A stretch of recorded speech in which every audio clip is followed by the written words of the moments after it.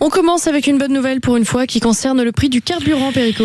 Il était temps, parce que ça commençait à inquiéter les automobilistes de France et d'Europe et même du monde. Alors oui, on se souvient que le Brent, le baril de pétrole, était à 87,3 $ au mois de mars. Il était monté à 94,9, même avec une petite pointe à plus de 100 $ il y a quelques jours. Et là, il est redescendu ce matin à 83 $, le baril de Brent. Alors, ça veut dire quoi? Ça veut dire que nous sommes à une baisse de 31 centimes pour le gazole depuis le 10 avril, ce qui n'est pas rien. Donc le gazole, aujourd'hui, on le trouve en moyenne à 1,99,3, à 1,993. Le samplon 95 à 1,94. Le samplon 98 à 2,3, mais il y a quelques stations, il est déjà à 1,99. Rappelons que Total a maintenu ses prix à 1,99. Oui, pas eu le choix, je crois. Voilà.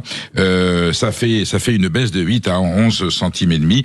La baisse va évidemment continuer à s'accentuer.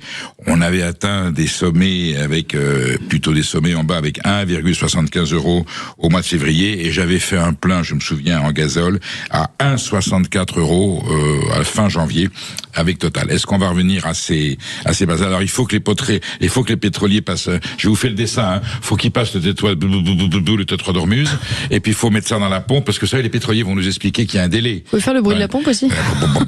Et il y a un délai. Mais sauf qu'ils ont anticipé, c'est extraordinaire, parce qu'ils ont anticipé comme quoi les pétroliers sont mieux informés que les journalistes quelquefois sur l'issue des conflits. Voilà, on devrait retrouver la norme, et puis Total va évidemment faire toujours en sorte d'être toujours le moins cher. Je veux pas faire la publicité pour Total. Ils sont assez critiqués quand ils font un geste assez courageux.